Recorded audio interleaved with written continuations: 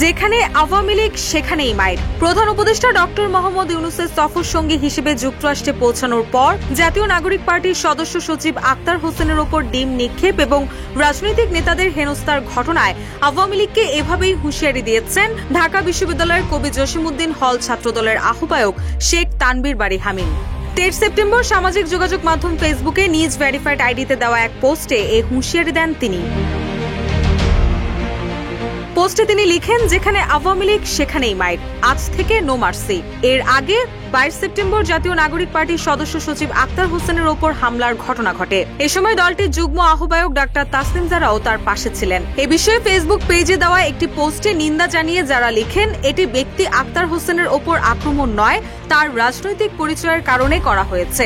এই হামলায় স্পষ্ট করে দেখিয়ে দিল যে পরাজিত শক্তির ভয় ও হতাশা কতটা গভীর।